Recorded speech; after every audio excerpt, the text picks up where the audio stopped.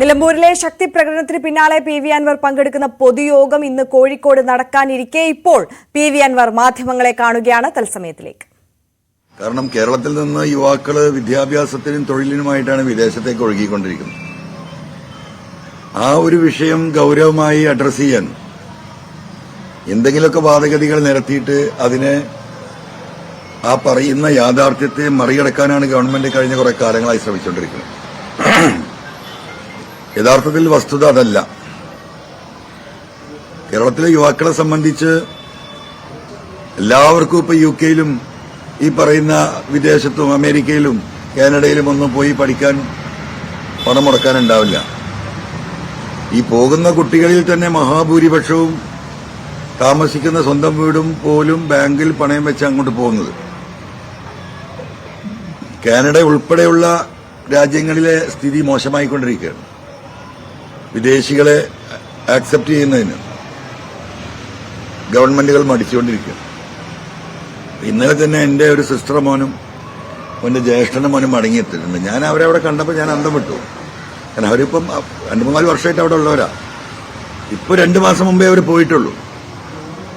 അപ്പൊ എന്താ പെട്ടെന്ന് വന്നു പറഞ്ഞപ്പോ അവർ തമാശി പറഞ്ഞല്ലേ ഞങ്ങൾ പ്രസംഗം കേൾക്കാൻ വന്നു, കാനഡയിൽ നിന്നോ ചോദിച്ചു. അത് ശരിയെന്ന് പറഞ്ഞു.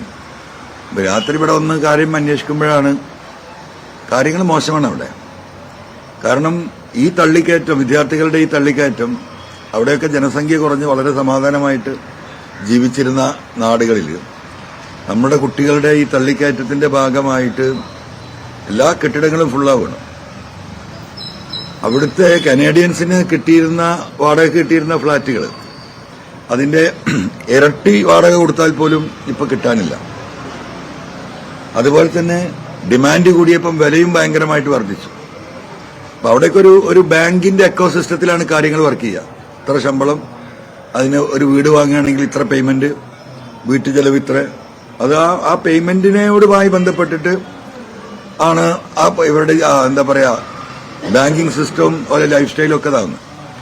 ശമ്പളം ആർക്കും വർദ്ധിച്ചിട്ടില്ല അവിടെ ഉള്ളവർക്ക്. പക്ഷേ എന്തായി, എല്ലാം ഡബിൾ ഗെയിമിലേക്ക് പോയി. മറ്റൊരു സംഗതി, ഈ പിള്ളേർ തന്നെ പാർട്ട് ടൈമായിട്ട് വർക്ക് ചെയ്യാണ്. അപ്പൊ അവരുടെ ജോലി സാധ്യതയും പോയിക്കൊണ്ടിരിക്കുകയാണ്. അപ്പം ഭയങ്കര ഒരു റെസിസ്റ്റൻസ് യുകെയിലൊക്കെ ഇപ്പൊ നമ്മൾ കണ്ടല്ലോ. ഈ പറഞ്ഞ യൂറോപ്യൻ രാഷ്ട്രങ്ങളിൽ ഇതിനെതിരെ വലിയ റെസിസ്റ്റൻസ് വരാൻ പോവല്ല, ഓൾറെഡി ഇറ്റ് ഈസ് സ്റ്റാർട്ടഡ്. അപ്പൊ ഈ കടം വാങ്ങിപ്പോയവരൊക്കെ തിരിച്ചു വരേണ്ട അവസ്ഥാവിശേഷം ഉണ്ടാവും. മറ്റൊന്ന്, എണ്ണം കൂടിയതുകൊണ്ട് അവിടെ ഈ പറയുന്ന പാർട്ട് ടൈം ജോബിന് സ്കോപ്പും കുറഞ്ഞുകൊണ്ടിരിക്കുകയാണ്. അപ്പൊ ഇതൊക്കെ കേരളത്തെ ഇനി തിരിച്ചു ബാധിക്കാൻ പോകുന്ന വിഷയങ്ങളാണ്.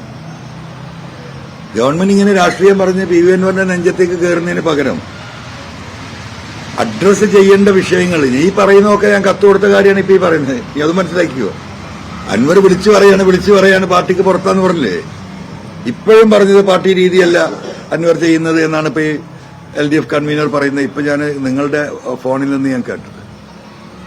അപ്പൊ ഇതിനൊക്കെ കത്ത് കൊടുത്താ, കാരണം ഇതെല്ലാം നമ്മൾ നേരമെടുത്ത പത്രം വായിക്കുന്ന കാര്യങ്ങൾ ഒബ്സർവ് ചെയ്യുന്നു. ഒരു പൊതുപ്രവർത്തകൻ എന്നുള്ള നിലക്ക് നമ്മൾ എല്ലാ ഭാഗത്തേക്കും നമ്മളെ കണ്ണോടിച്ചുകൊണ്ടേയിരിക്കും. ഈ കണ്ണോടിക്കലിന്റെ ഭാഗമായിട്ട് നമ്മൾക്ക് ബോധ്യപ്പെടുന്ന കാര്യങ്ങളാണ് കൊടുക്കുന്നത്. ഇതിനൊന്നും പുല്ല് വിലയില്ലാതെ ഈ പറഞ്ഞ പോലെ ആ വേസ്റ്റ് ബക്കറ്റിലേക്ക് ഇട്ടാല്, അപ്പം യൂത്തിനെ അഡ്രസ് ചെയ്യണം. യൂത്തിനെ അഡ്രസ് ചെയ്തേ പറ്റൂ.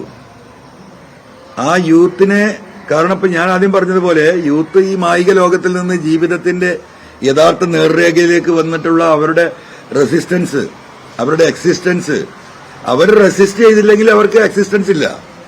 ഇപ്പൊ ഒരു റെസിസ്റ്റൻസും ഇല്ല. രാഷ്ട്രീയ പ്രവർത്തനം എന്ന് പറഞ്ഞാൽ എന്തോ ഒരു മോശപ്പെട്ട പ്രവൃത്തിയാണ് എന്നതിലേക്ക് യുവാക്കൾ മാറിക്കൊണ്ടിരിക്കുകയാണ്. പക്ഷെ ഒരു ജനാധിപത്യ രാജ്യത്ത് രാഷ്ട്രീയ പ്രവർത്തനം നടത്തിയില്ലെങ്കിൽ ഇതിലും വലിയ ഗതികളിലേക്ക് രാജ്യം പോവും. അപ്പൊ ആ യൂത്ത്, ഞാൻ ഈ പറയുന്ന കാര്യങ്ങൾ അവർ ശ്രദ്ധിക്കേണ്ടതുണ്ട്. അവരുടെ തൊഴിൽ സംബന്ധമായ വിഷയങ്ങളിൽ കേരളത്തിൽ ഇന്ന് നമുക്കുള്ള സൗകര്യങ്ങൾ എന്താ ഉള്ളത്? ടൂറിസം, രണ്ടാമത് എന്താ ഉള്ളത്? IT.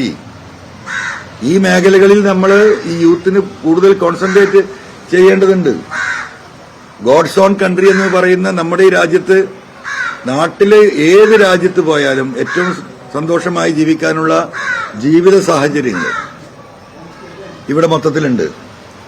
അത് ഉപയോഗപ്പെടുത്തുന്ന രീതിയിൽ ഇപ്പൊ സ്റ്റാർട്ടപ്പുകളൊക്കെ നല്ല കാര്യമാണ്. കുറെ സ്റ്റാർട്ടപ്പുകൾ നടന്നിട്ടുണ്ട്. പക്ഷേ കേരളത്തിലെ IT പ്രൊഫഷണൽസിന്റെ ഔട്ട്പുട്ട് അനുസരിച്ച് നമ്മൾ പരിശോധിക്കുകയാണെങ്കിൽ ഇപ്പോൾ കേരളത്തിൽ ഉണ്ടായിട്ടുള്ള ഈ പറയുന്ന സ്റ്റാർട്ടപ്പുകളുടെ ഒരു 10 ഇരട്ടി ഉണ്ടാക്കാനുള്ള സാധ്യതയുണ്ട്. ഇന്ത്യയിൽ കേരളം നമ്പർ 1 ആണ് സ്റ്റാർട്ടപ്പിന്റെ കാര്യത്തിൽ, അതിൽ തർക്കമൊന്നുമില്ല. ബട്ട് അതിന്റെ 10 ഇരട്ടി ഉണ്ടാക്കാനുള്ള സാധ്യത, അതിനുള്ള മാൻ പവർ, അതിനുള്ള ബുദ്ധി, എല്ലാ IQ ഉള്ള പിള്ളേർ ഈ നാട്ടിലുണ്ട്. അപ്പൊ അവർക്ക് നിർലോഭം സഹായം ഗവൺമെന്റ് ചെയ്തു കൊടുക്കേണ്ടതുണ്ട്. ആ രീതിയിലേക്ക് ഇതിനെ കൊണ്ടുവരണം. നിങ്ങൾ ഈ പരിപാടിയിൽ പങ്കെടുത്തു കഴിഞ്ഞാൽ പക്ഷേ നടപടിക്ക് വരെ സാധ്യതയുണ്ടാകുമെന്ന് അറിഞ്ഞിട്ടും ധാരാളം ആളുകളാണ്, നൂറുകണക്കിന് ആളുകളാണ് അങ്ങോട്ടേക്ക് വന്നത്. എന്തുകൊണ്ടായിരിക്കും അത്തരത്തിലൊരു തീരുമാനം അവരെ എടുക്കാൻ കാരണം? പ്രത്യേകിച്ച് MLA എന്ത് പറയുന്നു എന്ന് കേൾക്കണം എന്ന് പറഞ്ഞാണ് എല്ലാവരും വരുന്നത്. അല്ല, അതിന് ഒരു കാരണം ഞാൻ പറയാം. ഞാൻ ഒരാൾ എന്റെ ഫോണിൽ വിളിച്ചിട്ട് ഈ പരിപാടിക്ക് വരണം എന്ന് ഞാൻ പറഞ്ഞിട്ടില്ല. നമ്പർ 1. എസ്പെഷ്യലി ജനങ്ങളോടല്ല കേട്ടോ, എസ്പെഷ്യലി പാർട്ടി ലീഡേഴ്സ്, പഞ്ചായത്ത് മെമ്പർമാര്, ബ്ലോക്ക് പഞ്ചായത്ത് മെമ്പർമാര്, ഈവൻ ജില്ലാ പഞ്ചായത്ത് മെമ്പർമാർ ഉൾപ്പെടെയുള്ളവരോട് ഞാൻ പറഞ്ഞിട്ടില്ല. ഞാൻ പറഞ്ഞു നിങ്ങൾ ആരും വരണ്ട, ഞാൻ ഒറ്റയ്ക്ക് പ്രസംഗിക്കും. അത് തന്നെയാണ് നമ്മുടെ സ്ട്രാറ്റജി. ഇത് ഒരു അനലൈസേഷൻ നടക്കട്ടെ. ആരെയും വിളിച്ച് പുറത്തിറക്കി അവരെ പ്രതിസന്ധിയിലാക്കാൻ ഞാൻ ഉദ്ദേശിക്കുന്നില്ല. ഒരാളും അവരുടെ എന്താ പറയാ ഇപ്പൊ നിൽക്കുന്ന ഈ സാഹചര്യത്തിൽ നിന്ന് പുറത്തു വന്ന് എനിക്ക് പിന്തുണ നൽകണമെന്ന് ഞാൻ പറയാത്തതിന് പല കാരണങ്ങളുണ്ട്. അതിലൊരു കാരണം ഇപ്പോ ഈ നടന്നുകൊണ്ടിരിക്കുന്ന സംവിധാനം, ഇപ്പോൾ ഗവൺമെന്റ് തെരഞ്ഞെടുപ്പ് വരാൻ പോവാണ്, പഞ്ചായത്ത്. അപ്പൊ അതിന് മുമ്പ് ആ കാര്യങ്ങൾ എങ്ങനെ ചെയ്യണം എന്നുള്ളൊരു ആലോചനയാണ്. ഇന്ന് ഞാൻ ഇപ്പൊ ഇവിടുന്ന് തീരുമാനിച്ചാൽ 25 പഞ്ചായത്ത് LDF-ന് കയ്യിൽ പോകും. നിലമ്പൂർ മാത്രമല്ല. ഇനി അത് പാർട്ടി അങ്ങനെ ഒരു വെല്ലുവിളിക്ക് വരികയാണെങ്കിൽ ഞാൻ അതിന് തയ്യാറാണ്. പോകും. മലപ്പുറം ജില്ലയിൽ പല സ്ഥലത്തും പോകും. ചിലപ്പോൾ കോഴിക്കോട് ജില്ലയിലും പോകും, ചിലപ്പോൾ പാലക്കാടും പോകും. മലപ്പുറം ജില്ലയിലെ മാത്രം കാര്യം ഞാൻ പറയുന്നത്.